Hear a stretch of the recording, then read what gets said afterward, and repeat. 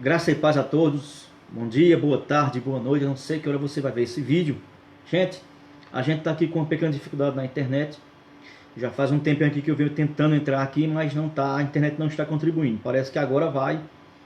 Não sei se ela vai perdurar por muito tempo, né? Porque eu já expliquei várias vezes que se ela ficar caindo, não há possibilidade de a gente manter aqui esse nosso conteúdo, certo? Se faz aqui necessário a gente ter aqui um bom tempo para que a gente possa debater aqui sem que haja essas interferências da internet caindo, ok? Eu estava aqui tentando aqui colocar pelo notebook, mas ele não está pegando porque a internet aqui não está colaborando. Apesar também que o notebook aqui também meu já está muito sambado, cara. Você faz necessário daqui formatar para que ele venha se reajustar melhor, certo? Mas já aqui dando continuidade, gente, aqui a nossa série de estudos sobre escatologia, essa essa já é a nossa 7ª live sobre esse assunto, onde a gente vem aqui exaustivamente aqui falando sobre algumas expressões e as suas aplicações e o seu conceito dentro do Antigo Testamento. Eu espero que de lá para cá nenhuma dúvida tenha restado com relação a essas expressões: últimos dias, fim dos dias, né? Fim do tempo, naquele dia, dia de angústia, dia de ira, tá ok? Meu amor aqui já entrou aqui online, aqui já está curtindo. Já bote aí para compartilhar, viu, amor? Para a gente alcançar mais pessoas, né? Isso é bom que muitas pessoas conheçam um pouco sobre os eventos futuros, ok? Eu quero aqui só abrir um parênteses assim, que eu não me preocupo muito, né, em estar compartilhando aqui para convidar A ou convidar B. Tem gente que tem aquela preocupação, né? Não vou convidar não, irmão. Quem é de Deus, quem quer assistir, quer aprender, irmão, já sabe que a gente já vem aqui nessa empresa já há muitos dias fazendo isso aqui já. Então, não tem necessidade de eu estar aqui compartilhando para chamar A ou chamar B não, né? Se você está no Facebook agora e está vendo que está lá a expressãozinha live, então sabe que nós estamos aqui tratando de assuntos com relação à Bíblia, certo? A palavra de Deus. E são assuntos que são de grande importância, inclusive por esse momento que estamos vivendo agora. Até para que não haja uma distorção e uma falta de entendimento e você acabe se decepcionando, tá ok? Interessante que eu vejo que tem muitas pessoas que, quando está fazendo a live, né, compartilha para chamar para todo mundo assistir. Mas quando a pessoa faz, o dito cujo não quer assistir da pessoa. É complicado essa situação, né, meu irmão? Não é complicado? Muitos aí querem que o cara assista a deles. Agora eles não querem assistir quando a pessoa faz. Oxi, que tipo de cristianismo é esse? Só a sua mensagem que é importante? Meu irmão, tenha misericórdia. Estamos aqui falando sobre escatologia, né? Deus abençoe cada um de vocês que esteja aí comigo, aí cooperando, né? Que Deus possa abrir a sua mente, assim como Ele também possa abrir os de misericórdia para que eu possa trazer esse assunto com entendimento, com clareza. Apesar de eu não ser mestre nessa área, não sou doutor nessa área, mas eu sou apenas um cara curioso e que gosta de estudar, tá ok? Então a gente aqui já tratou muitas coisas. Eu já dei muita ênfase na questão do Antigo Testamento, né? Cabe a você agora, com essas lives aí, reassistir e avaliar, fazer anotações e tirar suas próprias conclusões, ok? Pode pegar dicionário, pegue comentários e você vai assistir aí, vai ver que eu já enfatizei muito sobre essa questão aqui de últimos dias. Dia de ira, dia da vingança, tudo isso aí tem a ver com o quadro escatológico que está reservado para um futuro próximo, ok? Quando a gente vai ver isso aí no Novo Testamento, como foi que o Novo Testamento abordou? Nós vimos aqui algumas coisas simples, né, rapidamente, né, sobre a abordagem e a aplicação dos termos do Antigo Testamento, eles sendo empregados agora no Novo Testamento. Uma coisa que eu deixei bem clara lá e frisei bem interessante é a questão, por exemplo, se você for avaliar a doutrina da ressurreição. Eu falei aqui sobre Jesus falando sobre ressurreição. Jesus, ele apenas deu a introdução, mas ele não trouxe clareza no seu todo. Então, não tem como você usar só as palavras de Jesus para querer fechar ou dominar aquele assunto, ok? Sendo que Jesus apenas foi o precursor e deu ali a introdução. O restante do livro e a aplicação ficou para a sua escola apostólica. Então não adianta você querer pegar uma passagem a qual Jesus fez menção ali superficial ou com um público em vista lá e querer dali fechar o assunto e dizer que ali você está por dentro de tudo. Você vai cometer grandes erros e equívocos ali, e principalmente na questão do assunto fechado no seu geral, a sua ideia geral completa, tá ok? Então não tem como. A gente viu aí que Jesus utilizou a expressão, né, ressurreição dentre os mortos. Isso é um estudo que eu recomendo você se aprofundar e buscar, para você entender o porquê dessa linguagem. A linguagem conhecida do púlpito de Jesus era ressurreição dos mortos. Porém, Jesus vem com um novo ensino e usa a expressão ressurreição dentre os mortos. É como se fosse uma caixinha de bombom. Vamos aqui dar uma ilustração para você entender? A ressurreição dentre os mortos é como você que é um grande degustador de chocolate, certo? Você compra uma caixa de chocolate, independente de qual seja a marca, e você vai lá e tira só aqueles que lhe parecem ser mais agradáveis ao seu paladar. Por exemplo, eu mesmo, eu sou apaixonado por chocolate branco. A minha esposa daí, ela sabe disso muito bem. Sempre que tem uma caixa de chocolate, eu pergunto, tem chocolate branco? Me dá ele. Então, eu tiro um de dentre os vários que estão ali. Então, isso é ressurreição dentre os mortos. Não significa que todos irão ressuscitar nesse momento. Então, você pode ver que é uma posição e um conceito totalmente novo e diferente com relação ao conceito judaico daquela época. Então, como eu falei bastante, deixei bastante específico e claro, só em você, esqueci de botar aqui para marcar, o meu amor, já vai em quantos minutos? Já vai 5 minutos, 4. Eu esqueci de botar aqui, vou botar aqui agora. Vou marcar aqui o tempo. Certo? Então, me fugiu aqui o contexto que eu estava aqui falando. Ó, caramba, fui falar aqui da hora, fugiu aqui o raciocínio. O conceito novo que Jesus trouxe sobre ressurreição dentre os mortos. Então, como eu falei, para você distinguir se realmente há uma diferença, esse próprio ensino fica claro, meu irmão. O próprio ensino da ressurreição, ele já estabelece parâmetro e deixa muito claro que há uma diferença entre a posição do Antigo Testamento e a posição do Novo Testamento. Quero saudar aqui com a paz de Cristo, meu amigo Eduardo, acabando de comparecer aqui, chega aqui conosco aqui. Eduardo, hoje eu vou precisar de você porque o notebook aqui, cara, ó, deu pau, então eu não vou saber do tempo não. Eu já estou aqui já há alguns minutos falando e eu esqueci de marcar aqui o tempo e botei para cronometrar agora. Depois você... Pronto, a minha esposa aqui já colocou aqui para mim 6 minutos, tá ok? Eu botei para marcar aqui, então o notebook aqui, cara, hoje ele não vai cooperar, certo? Então vamos aqui falar. Então você pode ver, com relação à doutrina da ressurreição, irmãos, há uma clareza clara. Ó, é até uma redundância, né? De que há uma distinção entre os eventos da ressurreição. E, com toda simplicidade, meus amados, as escolas pré, elas são as únicas que trazem um respaldo claro e específico sobre essa situação. É a única que traz um conceito mais claro e mais amplo para que você possa entender. Não estou aqui dizendo que as escolas pós não tenham clareza nesse assunto, mas a escola pré, ela traz com muito mais clareza as explicações com relação a essa distinção de eventos, ok? Por exemplo, se a gente for ler, abra comigo o Evangelho de João, capítulo 6 de João, certo? João, capítulo 6. Só refrisando o que a gente já viu aqui em aulas passadas.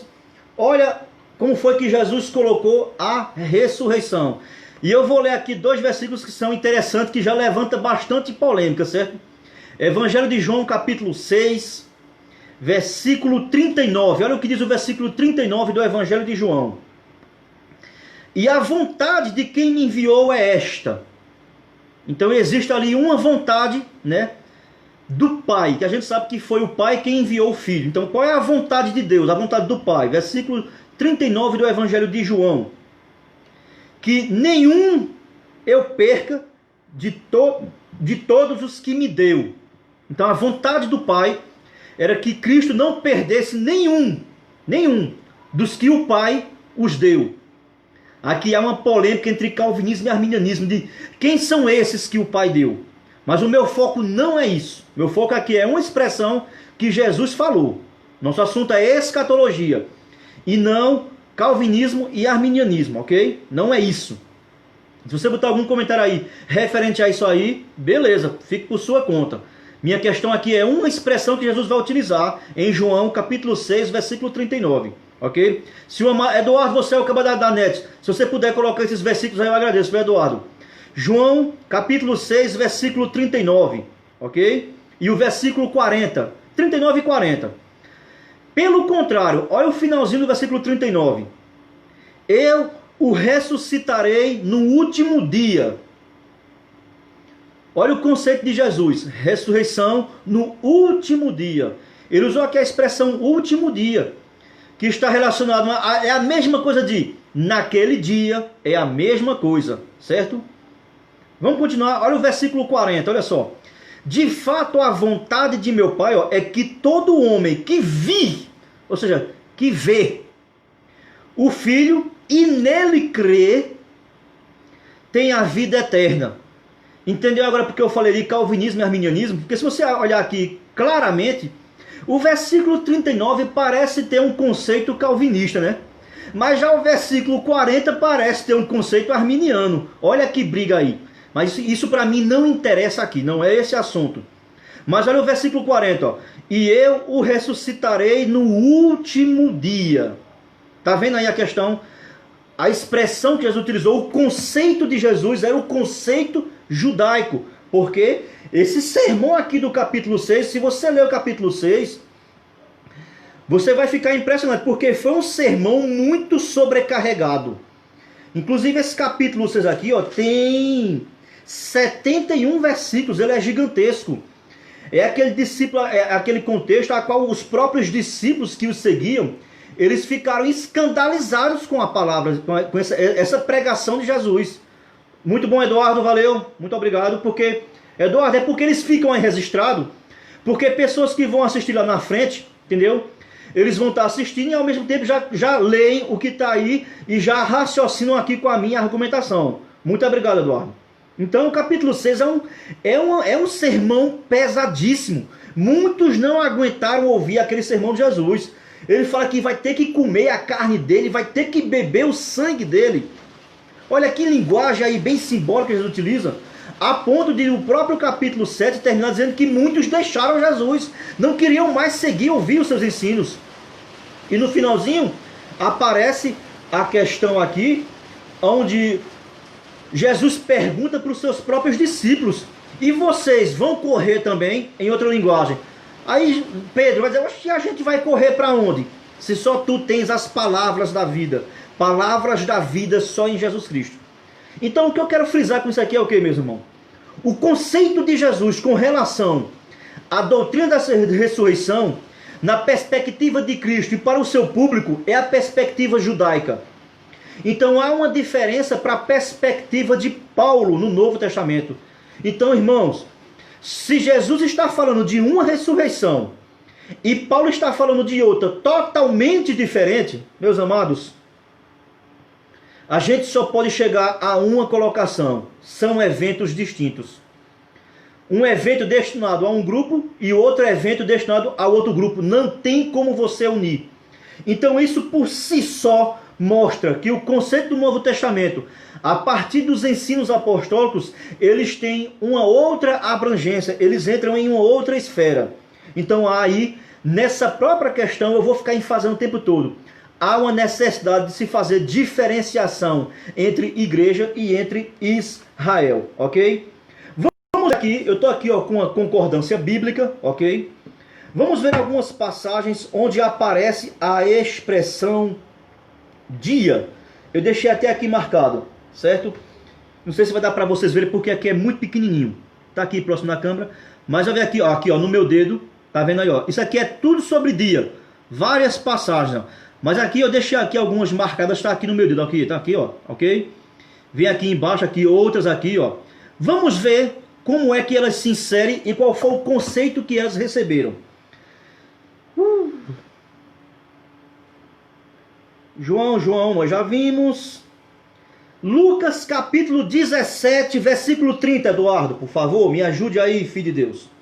Lucas capítulo 17, esse texto ele é muito complicado porque ele é um texto que faz parte do sermão escatológico de Lucas. Tem a ver com Mateus 24 e Marcos 13. lá em Lucas 21. Porém, esse texto está em Lucas desfragmentado e ele aparece no capítulo 17. Por isso que você não vê em Lucas capítulo 21. Já dei aqui uma dica para você, tá ok? Vamos ver a colocação que foi feita. Lucas capítulo 17, deixa eu conferir para não dizer errado. Versículo 30, é isso mesmo. Olha o que vai dizer, Lucas 17, 30. Está aqui, ó, dentro de um contexto na Bíblia, a qual se refere, ó, à vinda do reino de Deus. A vinda, a parousia. Não é a palavra harpazo. A palavra harpazo é para arrebatamento. E a palavra parousia é para vinda. Para você ver, os próprios termos já faz distinção de eventos. Lucas 17:30. Assim será, ó, no dia, olha só, assim será no dia, ó, em que o Filho do Homem se manifestar. A palavra aqui para se manifestar no grego é a palavra epifaneia, se tornar visível, se deixar aparecer, tá ok? Então você pode ver, ó, que a palavra aqui, ó, dia, então ela está relacionada aqui a um evento escatológico que tem a ver com a vinda do Messias para estabelecimento do seu reino. Para você entender, é só você ler o contexto completo de Lucas 17 e juntar com Lucas capítulo 21, tá ok? Vamos ver outra passagem. Evangelho de João nós já vimos, Vamos lá. Atos dos Apóstolos, capítulo 17, versículo 31. Vamos lá. Atos 17, 31. Vamos ver como é que foi colocado essa expressão no livro de Atos. Atos dos Apóstolos, capítulo 17, versículo 31. De que fala o contexto? Aí você vai ter que ler todo o contexto. Lembre-se sempre de ler o contexto. Não pegue o versículo separadamente, ok? Leia o contexto. Eu estou aqui usando separado para mostrar aonde a palavra aparece, viu, gente? Atos 17, versículo 31. Olha o que está escrito. Porquanto estabeleceu um dia, olha só, em que há de julgar o mundo com justiça. Quem é que vai ser julgado? A expressão aqui mundo se refere a quem? Habitantes da terra. Mas é aonde? É em um dia, em um tempo da história específico. Não quer dizer que será um período de 24 horas, não é isso. Mas é para você ver o emprego da palavra, certo? Ó, por meio de um varão que destinou e acreditou diante de todos, ressuscitando, olha só, Lucas capítulo 17, olha a expressão de Lucas aqui agora, ó, ressuscitando dentre os mortos. Tá vendo que há uma diferença? Lucas, a partir da visão apostólica e dos ensinos de Jesus, ele agora começa a usar a expressão ressurreição dentre os mortos. Bora ver outra? Eu vou ser bastante exaustivo, porque não vai ter como você depois contra-argumentar que não ficou claro. Ficou ainda faltando muita coisa. Mas é claro, irmão, é claro que sempre vai ficar. Você acha que eu vou esgotar tudo, minha gente? Não tem condições. Atos, não foi, ó? Vamos lá. Romanos capítulo 2. Agora essa é que ela que gera polêmica. Romanos capítulo 2. Porque aqui se faz necessário a gente entrar em um assunto que vai gerar muita questão, certo? Romanos capítulo 2. Eu espero que a zoada da chuva não esteja interferindo. Eu vou ali fechar a porta para ver se diminui a zoada, tá ok?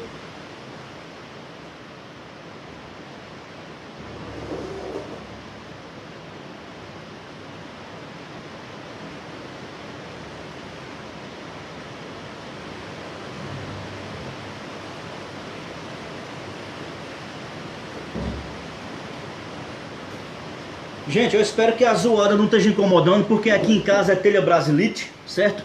E você já sabe, né? Telha brasilite é complicado, ok? Romanos capítulo 2, deixa eu olhar aqui o versículo, Eduardo. Romanos capítulo 2, versículo 5. Romanos capítulo 2, versículo 5. Olha o que aqui Paulo vai dizer E você tem que prestar atenção na carta aos Romanos, nesse capítulo aqui, o capítulo 2, com quem é que Paulo está tratando dentro da igreja. Você tem que entender muitas vezes, irmãos, para você entender um assunto dentro de uma carta, se você quiser anotar, tome nota aí agora. Para você entender o assunto da carta, primeiro você tem que entender, certo? Lógico, quem foi que a escreveu. Primeiro, quem escreveu. Segundo, quais foram as notícias que o escritor recebeu daquela igreja que levou ele a escrever o que ele escreveu. Terceiro, para quem ele estava escrevendo. Quarto, o assunto que ele estava escrevendo era de conhecimento claro dos seus ouvintes, certo? 5, os seus ouvintes sabiam diferenciar entre os assuntos quando Paulo tratava com relação ao judaísmo e aos gentios.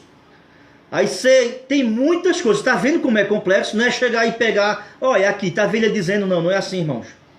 Então esse capítulo, a carta aos Romanos, Paulo trata ali com duas categorias de povo. Os judeus, que se tornaram cristãos, e os gentios, que se tornaram cristãos. E havia uma disputa, certo? Dentro da igreja, com relação a privilégios, tá ok? Havia uma disputa de todas as igrejas, dentro da igreja, sobre privilégios. Você quer ver um exemplo claro? Por exemplo, na primeira carta aos Coríntios, lá tem um texto que é bem interessante, que é assim, ó. Uns dizem que é de Paulo, uns dizem que é de Cefas, outros dizem que é de Apolo, outros dizem que é de Cristo. Tá vendo que havia essa questão de disputas dentro da igreja para ver quem eram os bambambãs? Então, dentro da carta de Paulo aos Romanos, tinha essas duas categorias: judeus convertidos ao cristianismo e gentios convertidos ao cristianismo, ok? Eita, Eduardo, para repetir, ô abençoado, depois o senhor volta aí, valeu? Depois o senhor volta, aí, porque senão vai atrapalhar aqui meu raciocínio, tá ok? Não leva a mal não, Eduardo, pelo amor de Deus, ok? Então, capítulo 2 da carta aos Romanos, essa advertência que Paulo está aqui dando, que é uma lapada forte, para qual desses dois grupos Paulo está se direcionando? Com certeza, se você ler o capítulo 2, está muito claro aqui no capítulo 2 quem é o público-alvo de Paulo. E ele vai usar aqui um conceito, uma palavra, que eu expliquei muito no Antigo Testamento, a que se refere. Aí você vai ver para quem é que Paulo aplica essa palavra, certo? Romanos capítulo 2, versículo 5. Mas seria bom você ler o contexto, desde o versículo 1, tá ok? Mas quando chega no versículo 5, olha o que é que Paulo vai dizer, de Romanos 2. Mas, essa expressão aqui mais no grego, se faz necessário a gente dar aqui uma explicação, irmãos, porque é muito, muito complexa. Lembre que Paulo não escreveu em português, Paulo não era nordestino, certo? Mas a expressão aqui mais no grego, dentro do seu contexto, geralmente quando ela aparece, ela indica a introdução de um novo assunto, certo? Significa que ele está introduzindo um novo assunto, uma nova advertência. A expressãozinha mais no grego significa isso, certo? Não é um mais um não. A expressão mais, ela tem essa amplitude no grego. Então Paulo vai dizer aqui, mas, segundo a tua dureza e coração impenitente, dureza de coração. Paulo está falando dos judeus, irmãos. A Bíblia no Antigo Testamento chama o povo de Deus o tempo todo, Israel, de povo de dura cerviz. Moisés quebrou muito a cabeça com aquele povo. O que é que você acha? E os profetas que dirá, né? Olha aqui, uma linguagem completamente judaica. Aqui já deixa claro que o público-alvo de Paulo, no geral da igreja, era uma classezinha judaizante que tinha lá. Olha o que é que Paulo vai dizer para essa turma só. Versículo 5, acumulas. O que é acumular? É juntar. Mas olha o que é que Paulo vai dizer aqui. Acumular o quê? Contra os judeus, o quê? Olha só. Contra ti mesmo, ira. O que é aqui a expressão ira, irmão? Vê só. Para o dia da ira e da revelação do justo juízo de Deus. Irmãos, esse contexto fica claro. O contexto fica claro que é uma advertência contra o quê? O povo judeu. Paulo aqui está dizendo que a dureza deles faz com que cada vez mais seja acumulada sobre eles a ira de Deus. Se a gente aqui, se você voltar as lábios aí, lá para as primeiras, você vai ver muito bem a quem era que os profetas do Antigo Testamento empregou a expressão dia da...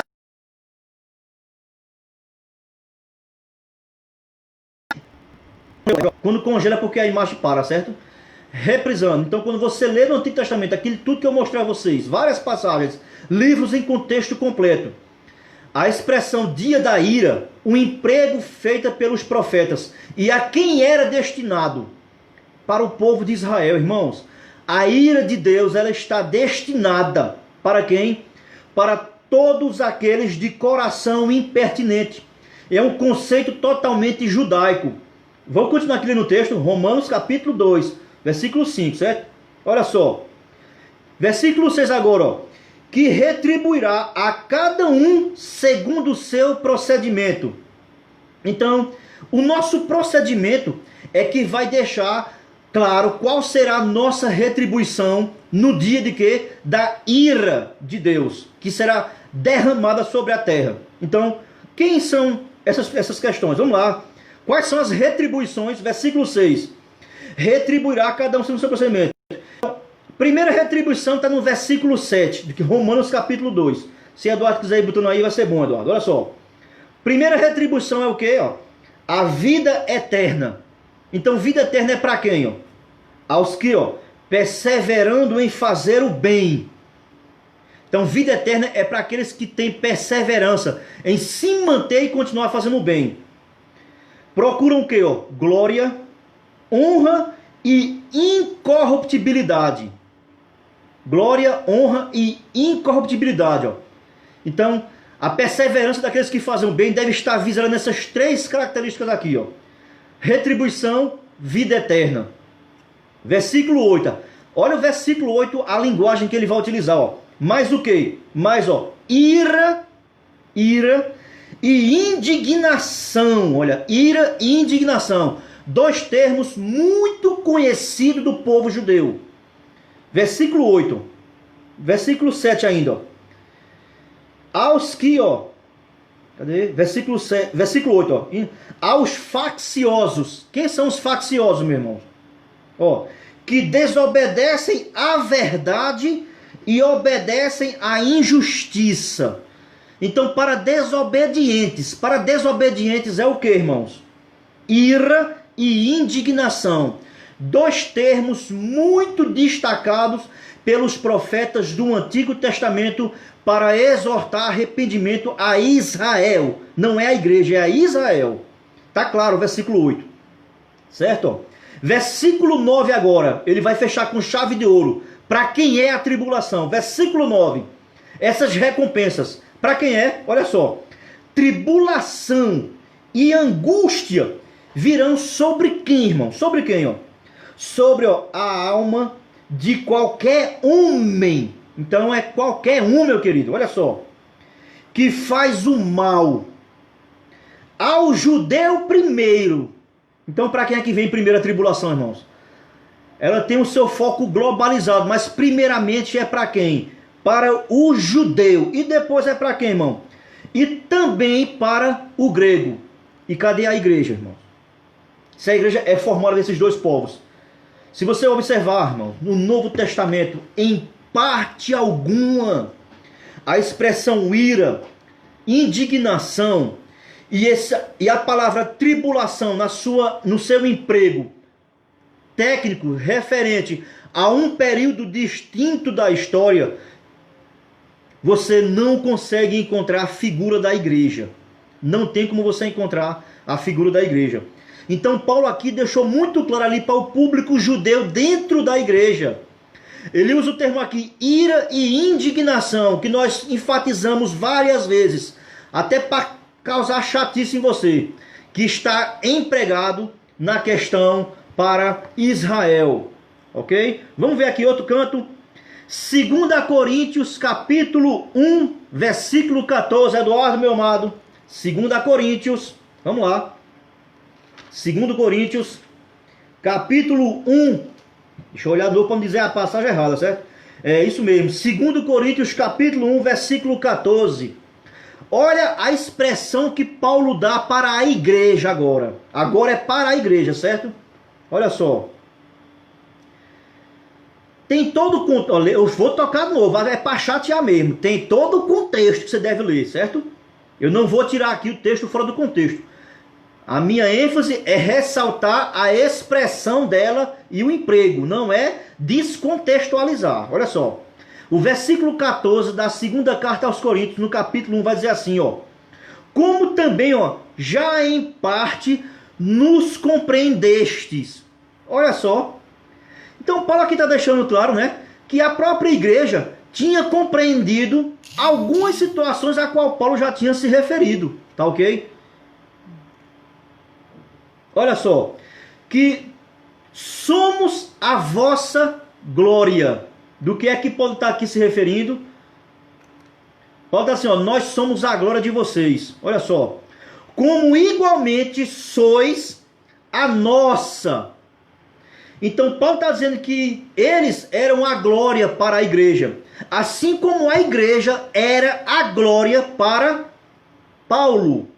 Aí você tem que pesquisar o sentido que Paulo quer aplicar aqui a essa palavra glória. Qual é o sentido que Paulo quer aplicar aqui a palavra glória? Como é que a gente entende aqui o sentido de Paulo e compara com o que Isaías disse sobre o Deus Pai? A minha glória não darei a outrem. Ele disse que não dá. Porém aqui Paulo está dizendo que a igreja era a glória para ele e que ele era glória para a igreja. Olha o sentido que Paulo quer dar essa expressão. Qual é? Mas olha só. Mas isso aqui é para quê? Versículo 14 ainda, olha.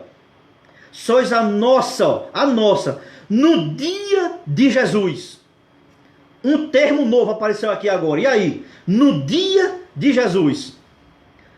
Tem alguma coisa a ver com dia do Senhor? Se você for pesquisar essa palavra, elas parecem ser sinônimos, mas elas têm emprego totalmente diferencializado, distintos. Quando Paulo, só aqui para deixar claro para você, meus irmãos, a paz aí, pastor Ademário. Quando Paulo está se referindo ao período de calamidade, da tribulação, de angústia, de ira, sabe qual é a expressão de Paulo? Dia do Senhor. Quando Paulo se refere à igreja, dia de Cristo, guarde bem isso aí. Vá pesquisar e estudar esse assunto para você ver aonde é que você vai chegar com ele, como é interessante. Paulo está dizendo que para eles, para Paulo, a igreja era como uma glória.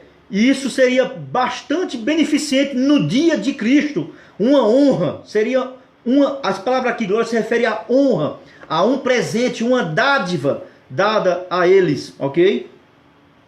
E que o próprio Paulo iria apresentar no dia de Cristo a igreja a Cristo. Então é isso que ele quer aqui apresentar. Aqui se fala, por incrível que pareça, que tem a ver com arrebatamento, irmãos. Por incrível que pareça, que tem a ver com arrebatamento. Como Paulo apresentando a igreja gloriosa no dia de Cristo. Isso vai ser uma honra para ele, como era uma honra para a igreja ter aquele apóstolo como seu tutor e ministro fundador da igreja, ok? 2 Coríntios 1,14, a expressão, ó, dia de Cristo, ela tem um emprego diferenciado da expressão dia do Senhor. Vamos ver outra passagem, Filipenses capítulo 1, versículo 6. Eu disse que a gente ia trabalhar um pouquinho o Novo Testamento, para poder entrar em questões ainda mais pormenores no Novo Testamento. A gente tem que primeiro mostrar tudo isso daqui, para depois a gente entrar na polêmica da questão da palavra apostasia, tá ok? Mas depois a gente vai fazer aqui uma pequena biografia de Paulo, antes de falar da apostasia. Já vamos aqui já com, eu acho que é 36 minutos. A gente encerra já já, gente. Olha só. Já vimos 2 Coríntios, Filipenses capítulo 1, versículo 6. O que é que vai dizer? Eu acho que está errado aqui a referência. Capítulo 1.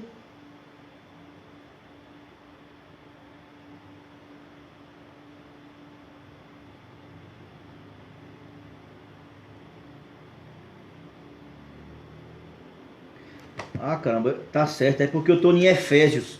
É Filipenses. Como é que eu ia achar? Eu estava lendo a carta aos Efésios.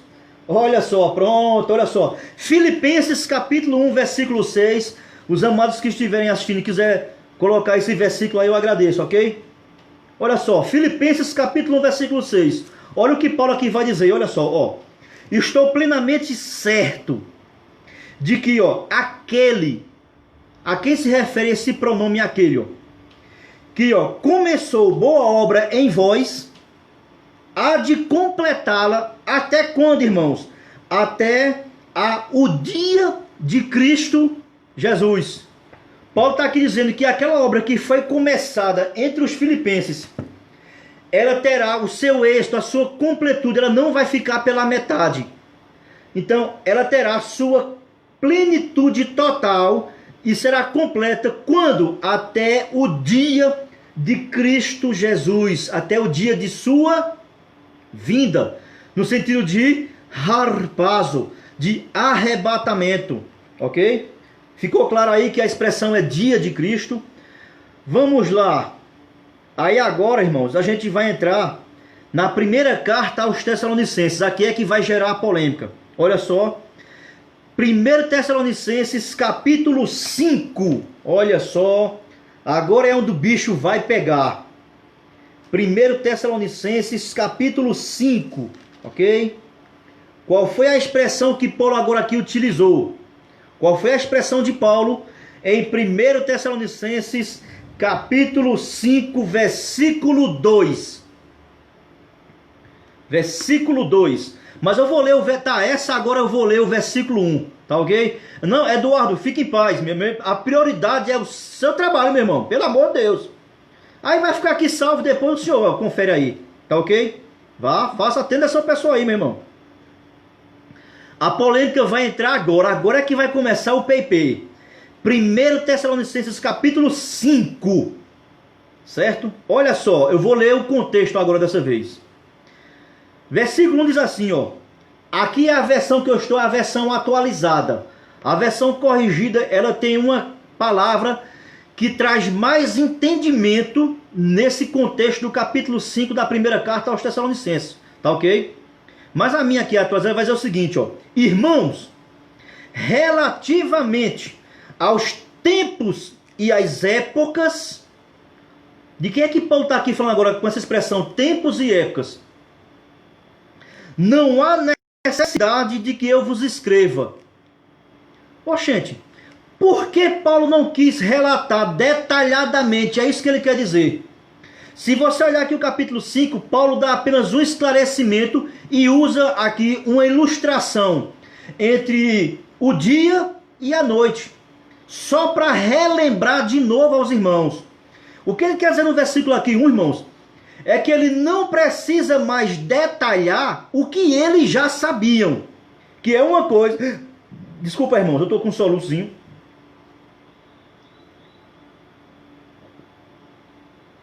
Que é uma coisa que eles já sabiam claramente, e eu e você, 2000 anos depois, ficamos nessa polêmica e nessa discussão tola. Não é interessante? Paulo aqui está claro, ó, não precisa, porque vocês já estão por dentro do assunto. Mas a minha ênfase agora é o versículo 2. Olha só. Pois vós mesmos, olha só, vós mesmos, vocês mesmos, certo? Ok, ó. Estais inteirados. Eles já estavam, irmãos, muito cientes desse assunto. De quê? Tempos e épocas. Relacionados ao quê? Fim dos dias. Fim dos tempos. É isso que eles estão aqui relacionados. Valeu, Eduardo. Olha só. Ó, com precisão. Irmãos, a minha pergunta aqui é por que Paulo utilizou a palavra aqui, precisão? Irmãos, Paulo está aqui exageradamente enfatizando o quê? Que o assunto que Paulo vai entrar agora, eles já estão totalmente mestres no assunto. Mas eles estavam perturbados, mas era uma coisa que eles já eram mestres. Eles já tinham bastante conhecimento sobre isso, que é o quê? Vamos lá, versículo 2 ainda, eu vou olha só. De que, ó, o dia do Senhor, irmãos, capítulo 5, meus amados, meus queridos, Paulo está tratando agora de um novo assunto. Ele termina o capítulo 4. Olha como é que Paulo termina. Se você tiver com a Bíblia aberta, acompanhe comigo. Como é que Paulo termina o capítulo 4 da primeira carta aos Tessalonicenses? Como é que Paulo termina? Qual é a sua última exortação? Consolai-vos, pois, uns aos outros com estas palavras. Mas, a versão corrigida traz assim, ó, mas, e eu já expliquei a vocês o que significa, meus irmãos, no grego, quando é utilizado esse termo mais. No grego, a palavra mais significa que a partir desse ponto agora, ele dá início a um novo assunto no seu diálogo, irmãos. É porque talvez ninguém nunca tenha lhe dito isso. Ninguém nunca lhe disse isso. Mas o grego diz. Então, irmãos, eu vou ficar com o grego. O capítulo 5, irmãos, ele está tratando sobre o dia do Senhor. Uma questão que é, irmãos, claramente distinta do arrebatamento. E Paulo aqui está bem claro, gente, no próprio português já está claro. Se você for fazer inferências no grego, aí é que você vai ficar mais ciente ainda. A ênfase do capítulo 5 é o quê? Dia do Senhor. E o que é que Paulo diz? Que eles já estavam o quê? Relativamente, né? O quê? Muito inteirados sobre o assunto que é o quê, irmãos? Dia do Senhor. Irmãos, o que é que a gente aprende aqui com Paulo?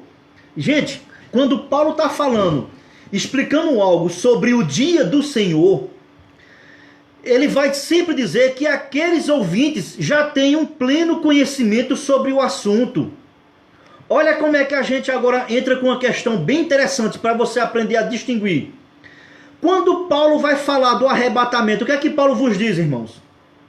Eis que vos digo um mistério, irmãos. Irmãos, quando Paulo está tratando do dia do Senhor, Paulo nunca usa a palavra mistério. Por quê? Porque Paulo está tratando de um conceito judaico e que os cristãos da igreja primitiva, meus amados, eram todos judeus. Tá vendo, gente? Ó, tá vendo? É polêmico, sei que é. Mas tá vendo, irmãos, como fica claro quando você consegue distinguir conceitos, quando você consegue distinguir dentro da própria carta, quando Paulo se dirige a certos tipos de grupos que existem dentro da igreja, tá vendo que fica claro? Olha se eu estou mentindo. 1 Coríntios capítulo 15, meus amados. 1 Coríntios capítulo 15. Versículo 50. Se Eduardo meu abençoado, puder colocar aí. Versículo 50 e versículo 51. Certo? Versículo 50 e 50. Da primeira carta aos Coríntios. Olha o que é que Paulo vai dizer. Aqui não tem como ninguém negar. Paulo está tratando de arrebatamento. Até meus irmãos em Cristo, pós-tribulacionistas, concordam que aqui é arrebatamento. Não há como ninguém. Nenhuma classe teológica vai fugir dessa situação aqui agora, certo? 1 Coríntios capítulo 15, 50. Olha o que é que ele vai dizer. Isto afirmo. Olha a convicção que Paulo tinha. Paulo estava aqui trazendo um ensinamento muito conciso e firmado. O que é que ele vai dizer? Eu vos afirmo que carne e o sangue não podem herdar o reino de Deus. Ou seja, Paulo está falando que esse corpo físico aqui, que eu e você tem agora, é isso que Paulo está falando. É só você ler todo o contexto. Que na verdade muitos querem pegar, irmãos, o capítulo 15 de 1 Coríntios, né? E querer resolver a questão do arrebatamento ali. Não tem como, minha gente. A ênfase é só você ler, pelo amor de Deus, irmãos. Leia capítulo 15 de 1 Coríntios. A ênfase maior de Paulo nesse capítulo é falar sobre a ressurreição do corpo glorificado. E não trazer uma distinção clara sobre o arrebatamento. Márcio, Eduardo é top, meu filho. Tá pensando o quê? Meu filho. Olha, se não fosse Eduardo, eu tava frito aqui, Márcio. Eduardo é top demais, pô. É por isso que eu digo que ele é o cara do Google, meu irmão. Olha só. Nem corrupção dá incorrupção. Agora, olha o versículo 51. as palavras de Paulo, olha só. Eis que vos digo um mistério. Por que Paulo agora vai falar aqui a palavra mistério, irmãos? Olha só. Nem todos dormiremos, mas transformados seremos todos. Transformados. Transformados é ressurreição, meu amado. Apesar de o assunto envolver arrebatamento, mas você pode ver que o foco é ressurreição. Mas pode ver que aqui está ligado com o quê? Transformação do corpo. Um dos eventos que ocorrerá com o quê? Com o arrebatamento da igreja. Então aqui você fica claro que Paulo aqui não está falando de quê? O dia do Senhor. Ele usa aqui a palavra mistério. Agora volte lá de novo para 1 Tessalonicenses capítulo 5. Vamos lá, gente, abre comigo a Bíblia. Você não é crente? Abre lá a Bíblia comigo. Eu vou ler de novo o versículo 2 da primeira carta aos Tessalonicenses no capítulo 5. Versículo 2, olha só de novo, meu irmão, olha só de novo, olha só. Pois vós mesmos, estáis o que, ó? Inteirados. Irmão, a palavra aqui inteirado se refere, sabe o quê? Que eles estão por dentro de todo o conceito. Não havia dúvida no conceito judaizante com relação ao dia do Senhor. Olha só. Olha, inteirados. Ele ainda vai usar aqui outra expressão. Ele ainda vai dar mais peso ao conhecimento da galera. Olha só. Com precisão. De quê, irmãos? De que o dia do Senhor vem como ladrão. O dia do Senhor vem como ladrão. Quando andarem dizendo paz e segurança, eis que lhe sobrevirá. O que é que vai vir, irmãos? Repentina destruição. Continue o versículo. Como vêm as dores de parto. Olha a linguagem de Mateus 24. Princípio das dores. Dores de parto. Não tem, irmãos. Não há como fugir. Você vai ter que concordar comigo que Paulo aqui está fazendo linguagem judaica, cara. Igual a Jesus, meu irmão. Olha só. Aqui está para dar a luz. Eu quero frisar o final. De nenhum modo escaparão. De nenhum modo escaparão. Como é que agora, irmãos? Como é que agora a gente consegue conciliar de modo nenhum escaparão com Jesus lá em Mateus 24 dizendo...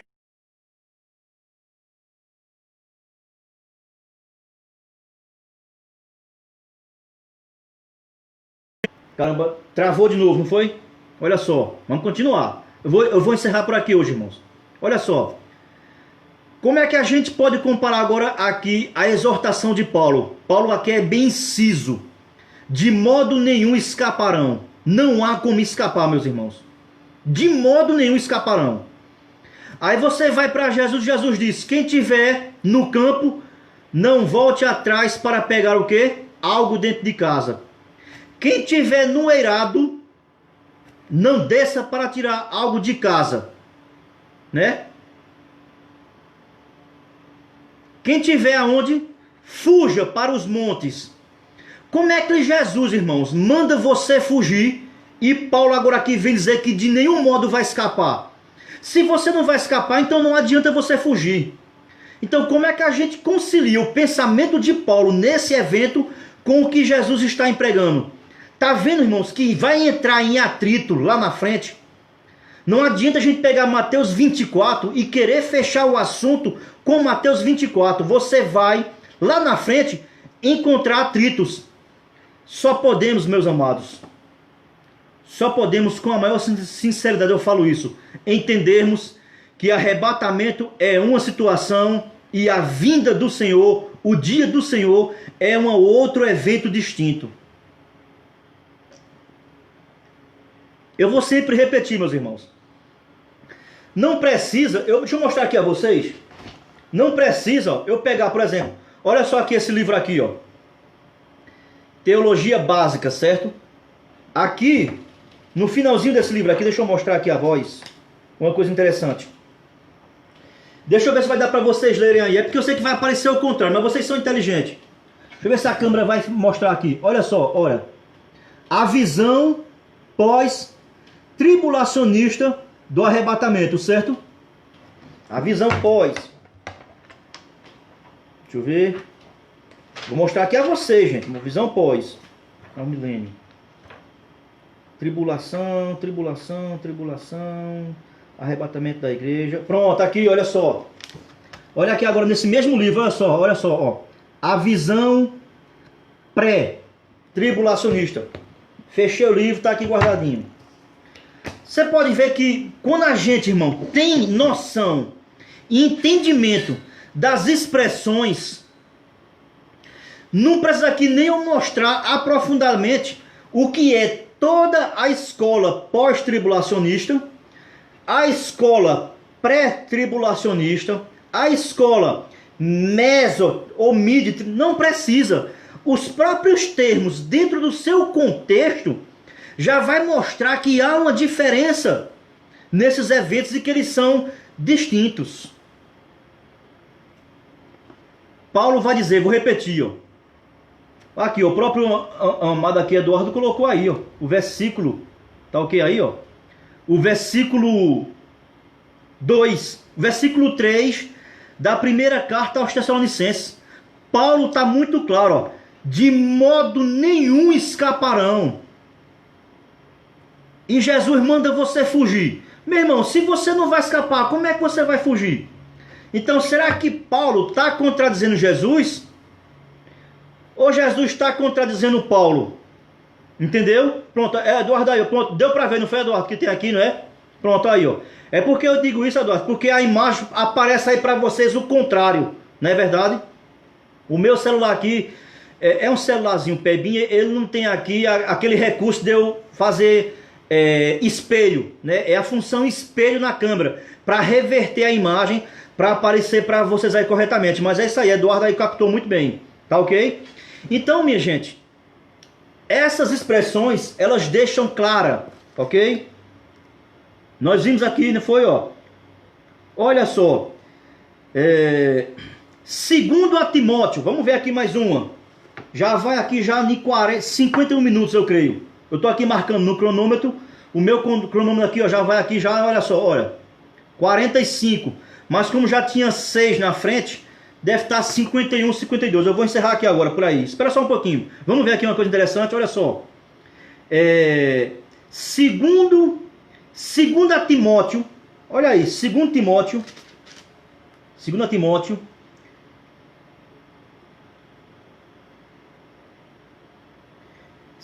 Timóteo capítulo 3, 2 Timóteo capítulo 3,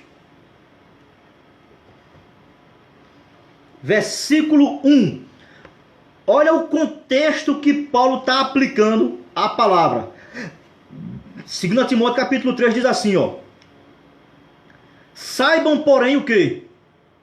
Nos últimos dias, o que é que vai destacar os últimos dias? Aqui já dá outra luz, né? De que marca que realmente nós estamos... Olha, tá, então, meu cronômetro aqui está certo. É só adiantar aqui mais 6 minutos. Valeu, Eduardo. Então é só aqui a gente acrescentar que o que é que marca o início dos últimos dias? Nós já vimos aqui nas lives anteriores a primeira vinda do Messias à Terra, derramamento do Espírito Santo, Atos dos Apóstolos capítulo 2 e Joel capítulo 2, versículo 28, marca a entrada inicial desse tempo na história chamada de últimos dias. 2 Timóteo capítulo 3, versículo 1. Outro indício que marca que já estamos vivendo os últimos dias. Olha o que diz 2 Timóteo 3:1. Saibam, porém, isto. O que é que a gente já vem saber, ó? Nos últimos dias, o que é que vai acontecer, ó? Sobrevirão tempos difíceis. Estamos vivendo esses tempos ou não estamos, irmãos? Então está claro que o que marca os últimos dias é essa evidência de tempos difíceis, a qual eu e você agora estamos passando. Então, ó, aqui a gente já aprende uma coisa, irmão, interessante. Eu vou abrir aqui um outro parênteses. A era da igreja, ela marca todo esse período dos últimos dias. Interessante, irmãos. Por incrível que pareça, nesse calendário de espaço de tempo, aonde é que vai se findar os últimos dias? Por incrível que pareça, biblicamente, se você analisar, o que dá início a uma nova etapa nesse período chamado de últimos dias, irmãos, é o arrebatamento da igreja, que é o período da igreja. Então o período da igreja, ela é chamada de últimos dias. E o que dá um marco divisor entre essa questão aí, sabe o que é? É o arrebatamento da igreja. Foi, Luciano, deu uma travadazinha que foi aqui em casa, é a minha internet que dá aqueles problemazinhos, entendeu? Então o arrebatamento, ele dá término a um tempo dessa expressão últimos dias, para entrar agora na expressão dia do Senhor, o tempo que a Bíblia chama de tempo do dia do Senhor. Então, tempo do dia do Senhor, ela é marcada pelo quê? Pelo derramar da ira de Deus, gradativamente, como você vê lá no livro de Apocalipse, ok? Dia do Senhor, dia de Cristo, arrebatamento da igreja, ok? Vamos ver aqui mais uma para a gente encerrar. Olha só. Segunda de Pedro, lá no finalzinho da Bíblia, vamos lá, Segunda de Pedro. Olha só, Segunda de Pedro. É muita coisa, tá vendo que é muita coisa, irmãos? Segunda carta de Pedro. Olha como foi que Pedro colocou. Segunda carta de Pedro.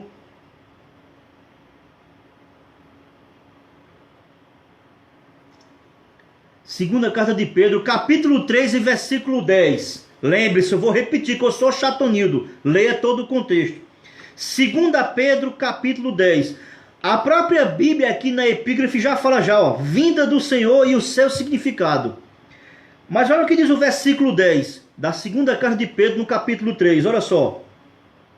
Virá, entretanto, como ladrão. O que é que vai vir como ladrão? O dia do Senhor, no qual, olha só, no qual os céus passarão com estrepitoso estrondo. Olha, calamidades. E os elementos se desfarão abrasados. Está falando de destruição. Está falando de juízo. Igual a Mateus 24, irmãos. O que mais? Também a terra e as obras que nela existem serão atingidas. Por isso que Paulo vai dizer, de modo nenhum escaparão. Entendeu agora a colocação para o dia do Senhor? Irmãos, vou fechar a Bíblia por hoje. Tá ok? Então, irmãos, eu tenho certeza. Essa é minha convicção, certo? Não, esse aqui é que é o ápice, irmão. Eu vou abrir a Bíblia de novo. Apocalipse capítulo 6, bora. Esse aqui é que é muito bom, cara. Apocalipse capítulo 6. Esse aqui é o último, tá ok? É o último. Eu juro a você que é o último. Apocalipse capítulo 6.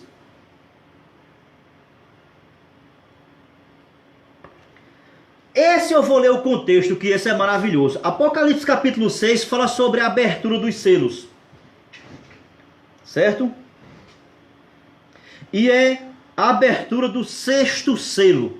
Eu vou ler o contexto para você ver uma coisa interessante. Olha o que vai dizer. Apocalipse capítulo 6, do versículo 12 até o 17. Vai dizer assim, olha só. Vi quando o cordeiro abriu o sexto selo.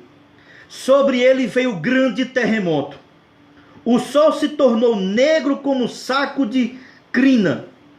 A lua toda como sangue. Rapaz, isso aqui tá a cara de Mateus 24. Não tá não? Tá a cara de Mateus 24, olha só. As estrelas do céu cairão pela terra. Gente, Jesus falou disso em Mateus 24.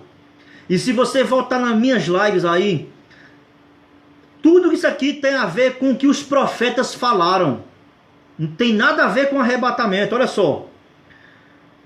As estrelas do céu cairão pela terra, como a figueira, quando abalada por vento forte, deixa cair os seus figos verdes. Vamos continuar, ó.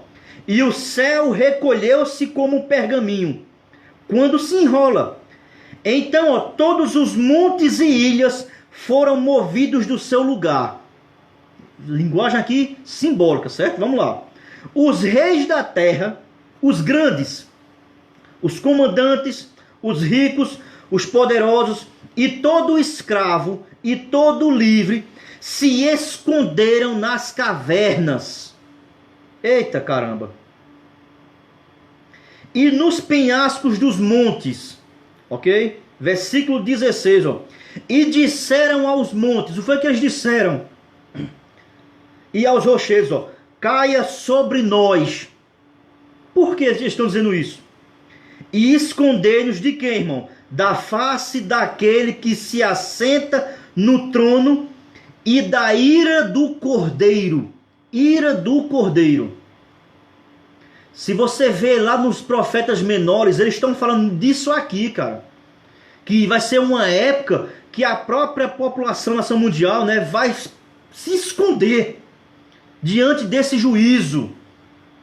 Irmãos, não consegue, você não vai conseguir encaixar a igreja aqui, irmãos, nesse período.